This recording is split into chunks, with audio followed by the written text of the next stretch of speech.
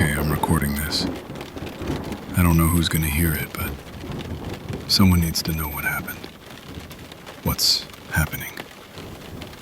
My phone's at 6%.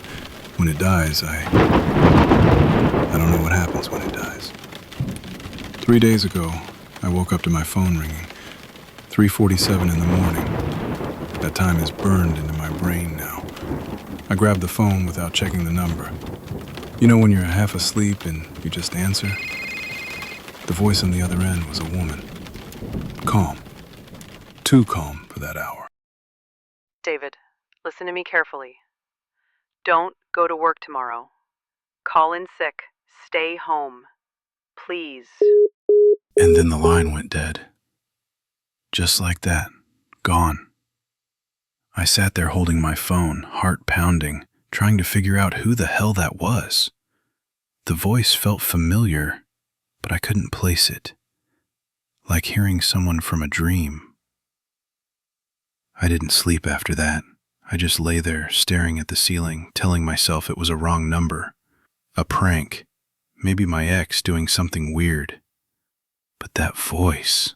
God, that voice kept echoing in my head. Morning came, I got dressed, put on my tie, made coffee. I stood at the door with my keys in my hand and I couldn't do it. My hand was shaking. That feeling in my gut, like ice water, wouldn't let me turn the doorknob. So I called in sick. First time in 3 years. At 9:34 that morning, I was drinking my second coffee when the breaking news came on. A structural failure has occurred at the Meridian Tower downtown. The West Wing collapsed without warning at approximately 9:17 this morning. Authorities report dozens of casualties, with many still trapped in the rubble. That's my building. My office, 14th floor, West Wing, corner desk by the windows.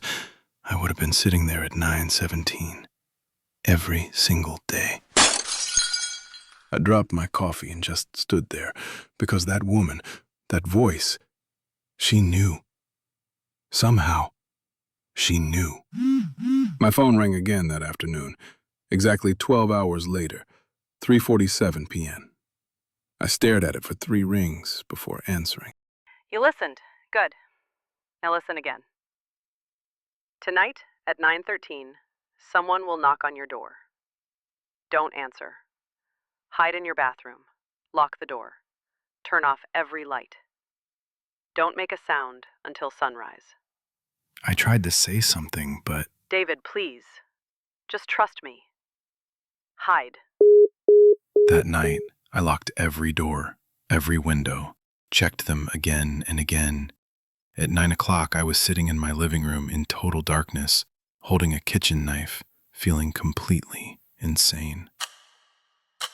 Then, 9:13, exactly. I stopped breathing. Hello, building maintenance. Quick check on your smoke detectors. It sounded normal, completely normal, but I don't have building maintenance. I live in a house. Sir, I can hear you in there. Open the door. This is a safety inspection.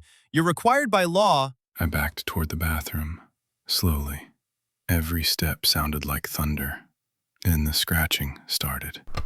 Not knocking, scratching, like someone with long nails dragging them down the wood. Over and over.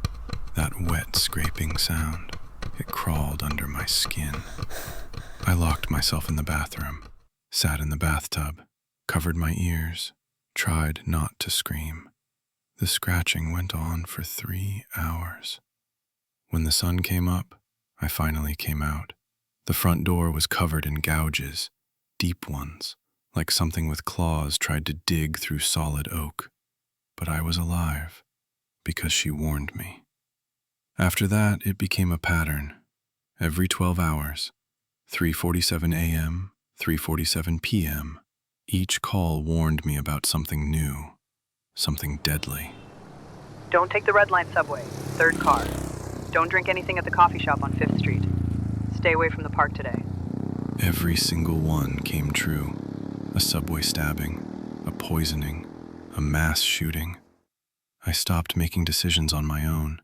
I waits for her calls. Needed them. Every choice I made depended on her voice telling me I'd survive. But the question eating me alive was, how? How could she know all of this? Down to the minute.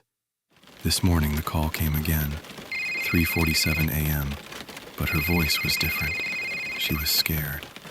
David, listen to me. You're going to want to find me. You're going to try to trace these calls. Don't. If you do, it ends. Everyone dies. Please, trust me one more time. I couldn't stop myself. I had to know who she was. It took 6 hours and a sketchy website, but I traced the number. An abandoned apartment building across town, scheduled for demolition next week. I drove there that afternoon. The building was condemned, boarded up. I found a way in through a basement window. Apartment 347. Of course it was 347. The door was unlocked. Inside, it was like walking into my life. Newspapers everywhere, hundreds of them. Articles about the building collapse, the subway attack, the park shooting, all dated months ago, some years ago. On the wall was a calendar, today's date circled in red, 2 words written beside it. Loop closes. My phone rang. You found it. I knew you would. I'm sorry, David. I tried so hard. Who are you? How do you know all this? I'm your wife, David. Or, I was. In another timeline. Another loop. 3 years ago, you died in that building collapse. I survived. And I couldn't live with losing you.